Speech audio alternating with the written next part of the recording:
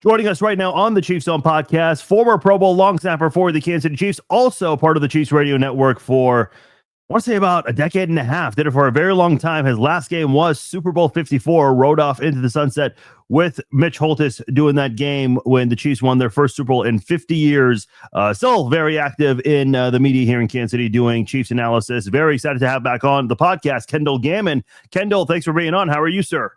I'm good. How about yourself? I'm good. Appreciate you taking time to come back on the podcast. I was thinking of something the other day as I was reaching out to you to have you on the podcast. I know you do a lot of public speaking and whatnot, and I think I may have told you this once before when we first met and interacted. You spoke at my middle school graduation. I still remember that. Circa Lakewood Middle School, 2005. Yeah, Lakewood. And listen, it was a long time ago, but I do remember one of your points, and I think you were trying to deliver a message about not forgetting, don't forget your classmates, because I think you shared a story. I think it was at Pitt State, because that's where you went, and you met, I can't remember if it was a teammate or a classmate, and you were saying hi to them, and they forgot your name, and they called you Matthew or something different, if I remember that correctly. Okay, so that was actually my rookie year with the Steelers. And okay. At the Christmas party, and I walked by Merrill Hodge, and I said, and I was with somebody else, and walking along, and I started laughing. They're like, "What are you laughing about?" I was like, "Well, that's Merrill Hodge. He's our starting fullback, and he has absolutely no idea who I am." So yeah. Oh man. Well, that's okay. Listen, it happens. You see someone, you just see a familiar face. You think, Mike, Jim, Kendall. Yep. Absolutely. All good. I still tell that story.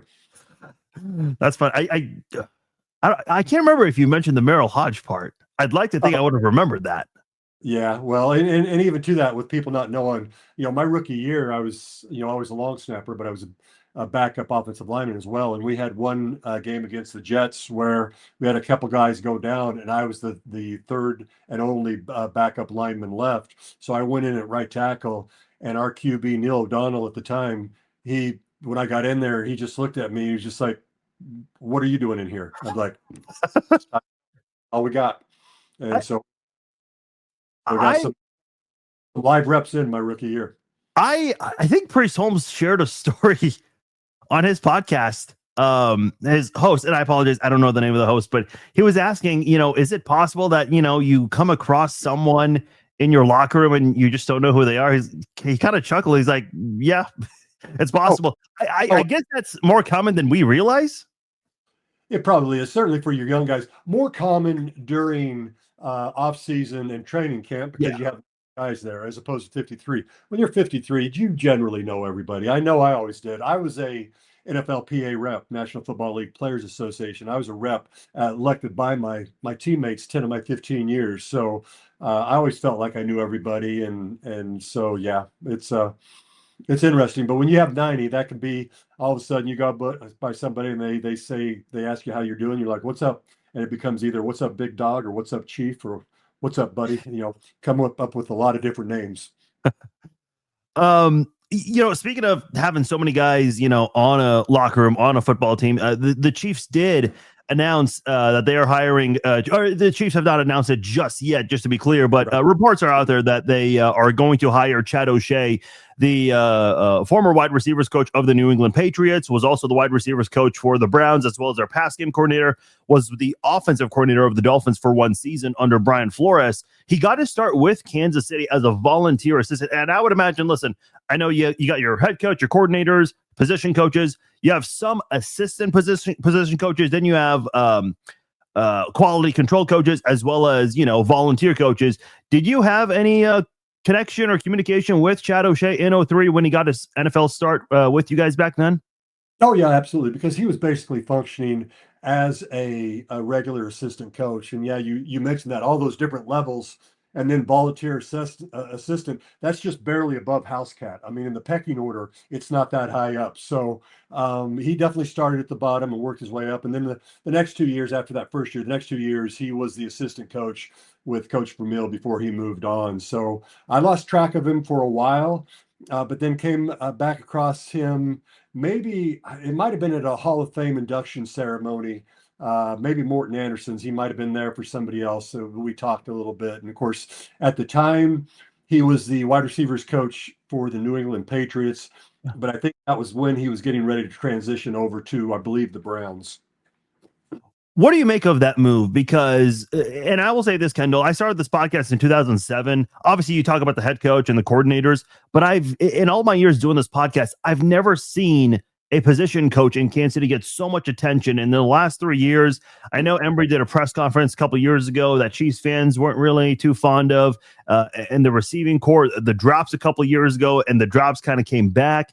They let him go, and they're bringing in O'Shea. And my immediate thought is, okay, with Bieniemy also expected to come back, you got Xavier Worthy, Rashee Rice, Tyquan Thornton hopefully resigns. You have Jalen Royals, who wasn't used much last year, but I would imagine they're going to try to utilize him. You got a lot of young guys who've never worked under Bieniemy and O'Shea.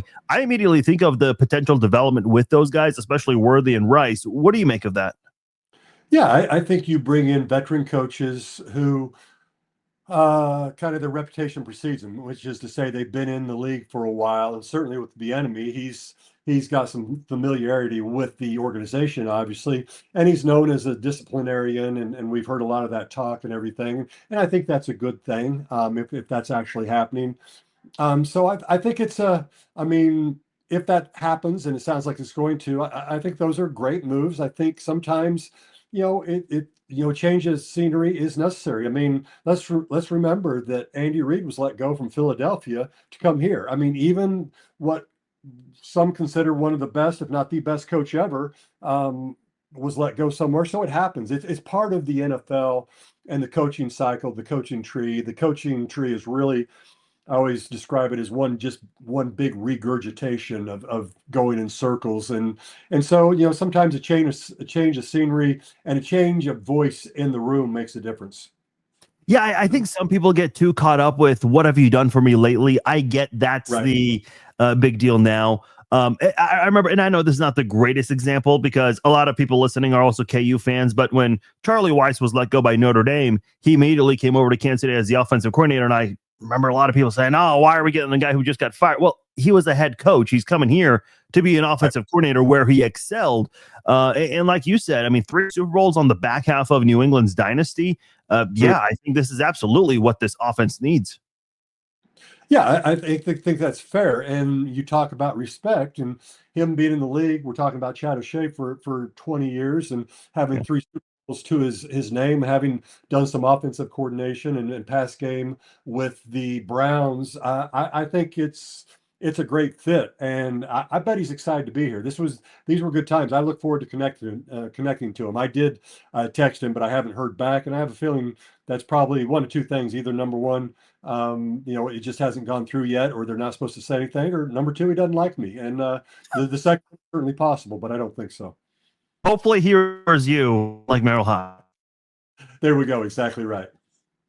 Um, you look at this offense right now with Bieniemy coming back. I know there have been some mixed reactions, and I know you already alluded to, the discipline, no nonsense, accountability, and I know there have been, I guess, honestly, in my opinion, it's kind of been over exaggerated, the behind closed doors conflict. I mean, I just think there are certain styles.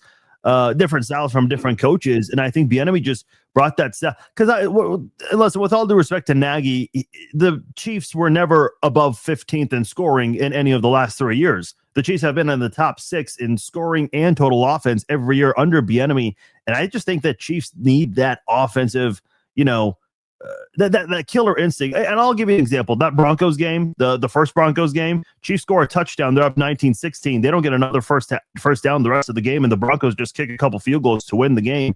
They just need to find a way to finish games, and I think Bieniemy can help do that.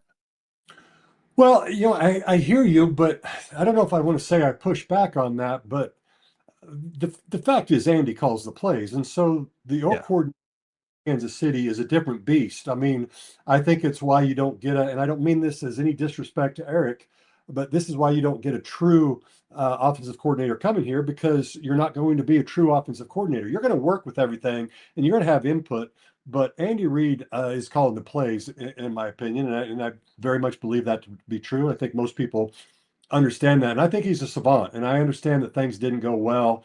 When you talk about drops and things like that, I don't know how much a coach really affects things like that. But as far as studying and knowing what to do and having good confidence and work habits and things like that, I think there is things there that both coaches probably bring a different type of style than what's been there. So, to that end, I see it a little bit different, not in a bad way, just kind of in a different light.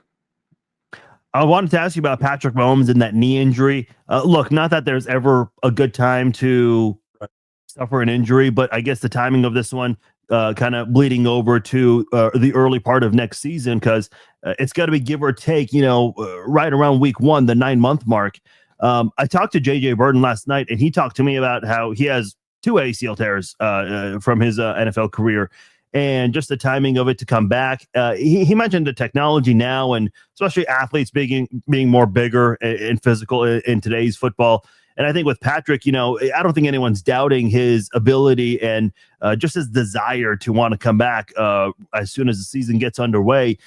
My biggest concern is, don't rush it. If you got to wait 1 or 2 games, hey, not the worst thing in the world. We saw this team did overcome an 0-2 start for a moment this season. I'm curious what your thoughts are with the timing and whether you think he could be ready for that week 1 game. Yeah, I pretty much echo what you're talking about, which is don't want him to come back too early. Yeah, I mean, having been around Patrick, interviewed him several times, and just in the locker room, the dude competes like nobody's business. I mean, it's intense. And that's a good thing on the field. It's not a great thing sometimes when you have injuries like this, because ultimately it's going to come down to your genetics and how your body heals. And he's going to do everything he's supposed to do. And believe me, they've got every day mapped out, and probably every hour mapped out of what's going on. If he doesn't come back until a quarter of the way into the season, I think that would be fine. If he's ready to go and they truly believe that, then that's great. But time will tell. I was on the Pittsburgh Steelers squad in 1995 when Rod Woodson tore his ACL first game of the season, and then he ended up not being put on IR and played in the Super Bowl. He still had a little bit of a limp, but he was the first and I think only player to ever come back from an ACL Wow. tear same season. But that doesn't happen very often. It used to be a longer window. It's shorter now, but in general, you just got to make sure that things heal up and you're good to go. And if anybody can do it and be ready, it would be Patrick Mahomes. But really, we're not going to know until we get a lot farther down the road. I know everything with Mahomes is under a microscope. I think I remember his first season as a starter. I think I heard you on Sirius XM NFL radio, and I want to say it was the afternoon of the Monday night game where he had that left-handed pass. I think you were making a comment during that interview, something to the effect of how, it's great to see that success, but if anyone saw this coming, you'd be lying with the way he just got off to a really hot start. And I remember after that season, I think it was maybe 2018. Now that I think about it, I remember he had the 50 touchdowns, the 5,000 yards, and in the offseason, they're saying, "Oh, well, he's going to regress." Well, of course. I mean, it's kind of hard to go up from 50 touchdowns and 5,000 yards, but just the way that things have gone. And I know the numbers have not been there the last couple of years, hence why maybe you're seeing some changes on the offensive side, and I'm sure we'll see that with the personnel as the offseason continues. But do you have a prediction as to maybe what he might look like stats wise for 2026? Stats wise, no idea. I just know he's going to get back to form because, quite honestly, if you look at it, the team would have been, I don't want to say fine, but we would have been better. And I think we make the playoffs if the offensive line stays healthy, even with everything else going on. The offensive line is healthy. I'm okay with the offensive line for the most part if it's healthy, but it wasn't. And because of that, at the end of the year, you had 2 tackles that were third string or had been on the practice squad, and a right guard who's out. So you only had two of the 5 starters. So that's a whole different beast. I think if the offensive line stabilizes, it cures a whole bunch of problems. Yeah, I did want to ask you about that offensive line too, because I'm a true believer. If you have a good offensive line, I think everything else is going to fall into play. And left tackle, Josh Simmons, he had the injury. Before that, he had the personal problem. If he can be available, that's huge because he looked great when he was on the field. Yeah. Kingsley Suamataia, I think, certainly made some improvements. Creed and Trey, no need to get into them. Everyone knows what they deliver and what they bring to the table. I think it's just that right tackle spot. I think it's expected they'll cut Juwan Taylor for cap purposes, but then they have Esapole. They also have Jalen Moore, who they signed last year to a 2-year deal. A pretty hefty contract as well for a backup. What do you think they do? Do you think they might go with one of those two guys I just mentioned, or is there a possibility they might draft someone? I don't think they draft somebody early, that's for certain. But yeah, I think they let go of Juwan Taylor because of what you mentioned with the cap hit and what they save. I feel like that's almost a foregone conclusion, but you follow that a lot closer than I do. So if that's the case, then it was a Jalen Moore that they brought in from San Francisco. I think that would be the natural side of things to go to the right tackle. Although, and I forget his name, but the gentleman I mean, maybe they try him at the right tackle spot and see, because he did decent. I mean, it was. I thought he showed something to things, but time will tell. But I think in general it'll be what we talked about beforehand. What are your thoughts on the running back position? Because if Jeremiah Love, which I would be shocked if he's there at 9, I know that's a really that's the universal popular pick for Kansas City Chiefs fans. Kareem Hunt, would he come back, especially with that familiarity with Eric Bieniemy? Would they consider bringing back Pacheco? I'm curious what you think the running back room could look like in the future.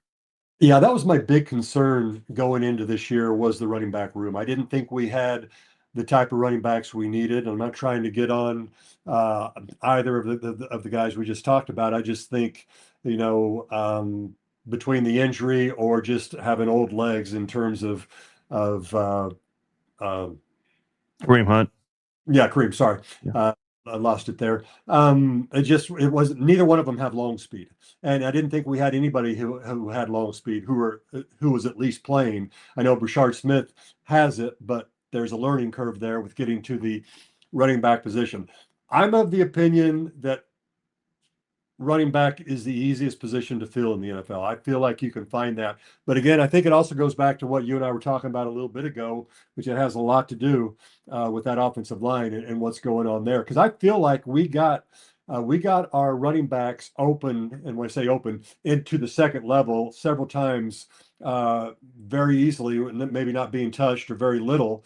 But then they weren't able to beat somebody, and if they did, they didn't have the long speed. So for us this year, a long chunk yardage for the Chiefs was really 10 to 15 yards. I don't know that we even had a 25-yard jaunt. I don't know what it would be, but it wasn't much. So I think that's a big thing. So when you talk about the draft, though, I think it has a lot to do with what they find in free agency and if they think they can fill it there, because I feel like they would prefer to fill that position free agency wise with somebody that they know and trust and go a different direction in the draft. Although I say I don't know what it is. I feel like edge rusher is the number one priority, or at least the defensive line in general. Do you have a name that you think the Chiefs might take at 9? I love Ruben Bain, but I would be shocked if he's there at 9. Right. I think if you see a difference maker that you think can be a franchise edge rusher or something like that, then you consider trying to go up and get him. And it wouldn't surprise me if they think somebody of that caliber is there. Veach is very much well known for if they want something, wheeling and dealing and trying to figure it out. So time will tell on that one. But obviously, we have the number 9 pick. Is that right? Yeah. Yeah, so number 9 pick, and I think we have a few extra picks. It wouldn't surprise me if we package something, unless we just think we can get who we want at the number 9 spot. But as much as we hate this season, picking number 9 is not bad, not only for the first round, but as you go through the other rounds also. A couple more questions before we let you go, Kendall. I do want to touch on the defensive side. The defense has been great each of the last 3 years under Spags. I know this past year, in terms of sack production and takeaway production, it wasn't very good in that category, but they still do a really good job of not giving up a lot of yards, not giving up a lot of points in general. I know it was a little tougher this year, and I think it's because this might have been the worst offense we had in the Patrick Mahomes era, but they still found a way to hold on to their own, I thought, and I think that's something that if they can fix the offense, there'll be that balance. But I am nervous about the defense. I know we alluded to the salary cap. And you have a lot of defensive backs that are about to hit free agency. Guys like Jalen Watson, Josh Williams, who played more his first couple of years than he did his last 2 years. Najee Johnson, I'm curious to see what they end up doing with him. Trent McDuffie. There seems to be this popular prediction that he might be on the move because they may not be able to afford what he might be asking for. Brian Cook, another guy in the secondary. And then, I know we already talked about this, but trying to see if you can get that elite edge rusher to help your front four. What do you make of this defense and just kind of what it might look like in the future? Well, an elite edge rusher, as you know, makes everybody in the defensive backfield a lot better. I think Spags has proven that he can develop young talent in the defensive backfield and be comfortable with it. And actually, he was forced to do it, I think, a couple of years ago when he really didn't want to. I think he made the comment that he didn't like playing young guys, but he hoped that their speed would make up for their lack of experience. And I think that's what exactly happened. As far as the defensive backs that are up this year that you mentioned, Trent, and some of the other guys, I mean, you have to wait. This is the part of the NFL that's tough when you have when you have the best QB in the league. I think, even though it didn't show this year, and you're paying him as such, you've got the highest paid right guard. I mean, you've got some expensive guys. You've got the Yeah. or one of the most expensive defensive tackles. You have to make tough decisions, which is to say you have to draft well, you have to bring them up the right way, coach them up and make sure they can play earlier than normal. And you've just got to you've got to deal with that because of the salary cap. And this also is why we're doing things like this in the offseason, because the offseason has become so much more pivotal, so much more interesting because of these questions that you're asking and that we're trying to answer right now. Do you think Travis Kelce comes back for one more year? I personally don't. It wouldn't surprise me if he does, but I think he's done all he can do. I think, that being said, I think he could play at a good level. I don't know if he wants to do that. I think he probably remembers how tough it was last year to get in the best shape of his life, and he played better and everything. It's kind of funny. A lot of people acted like he didn't have a good year. Well, compared to his other years, yeah, but in general, he had a great year. And I just think he might be ready for another part of his life. He's got great people to bounce it off, i.e. his brother Jason, and then he's starting another phase of his life with the marriage coming up and things like that. So I personally don't think he will, and I'm kind of curious how long he will hold that decision. I guess privately, and until he finally comes out with it and let people know. I'm guessing he and the Chiefs have talked, and they probably, if they don't know already, it's probably like, we need to know by a certain date. And I think he would understand that. So you would think something's coming sooner than later. Before we go, Kendall, I know you got a couple of things going on that you're involved with that I think people should know about and share here. First off, you're going to be taking part in the Cristo Rey High School Dancing with the KC Stars. Is that correct? Yeah, it's a Cristo Rey Dancing with the KC Stars. It benefits Cristo Rey High School, which is for high school students whose families are at or below the poverty level. They intern 1 day a week with companies around the KC area, a lot of great big companies that we all know, and then they go to school 4 days a week. It's 100% graduation rate. This is the fundraiser. So basically, it's not the best dancer; it's the dancer who raises the most funds. And there's 8 notables from around the KC area. Actually, there's 7 notables and myself, and I rounded it out. So we're doing that. Team Gammon, love to have you on. Go to kendallgammon.com and you can go to my website there and click on it. Or if you go to CristoRayKC.org, you can find out more information as well. Or follow me on social media because we're dropping videos each week to get you on Team Gammon. Have a great time with that. So that's one that's going on. That'll be April 25th at the Overland Park Convention Center. There'll be about 1,000 people there. So it's a pretty cool event, a great event. I would be remiss if I didn't mention Fred Astaire Dance Studios and what they've done up in the Briarcliff area and trying to teach somebody like myself to dance. My goal is to not dance like Shrek, and I think we're getting that. And of course, I always talk about the fact that I work for War Horses for Veterans. Yeah. And combat vets and first responders for a week of mounted equine therapy, bring them from all over the U.S. mental health, PTSD, deal with those things and get them up on the horses. It's just a wonderful thing. We have a 30-acre ranch out in Stillwell, Kansas. So some great things. If you're interested in that, whfv.org, and you can find out more as well. So I appreciate you giving me that platform. Absolutely. Well, hey, Kendall, I appreciate your time here. Hopefully the Chiefs can have a good offseason and bounce back, and hopefully we can have you back on sometime next season and hopefully talking about some good wins next year. How about that? That sounds good. I appreciate it. All right. Thanks, Kendall. Appreciate it.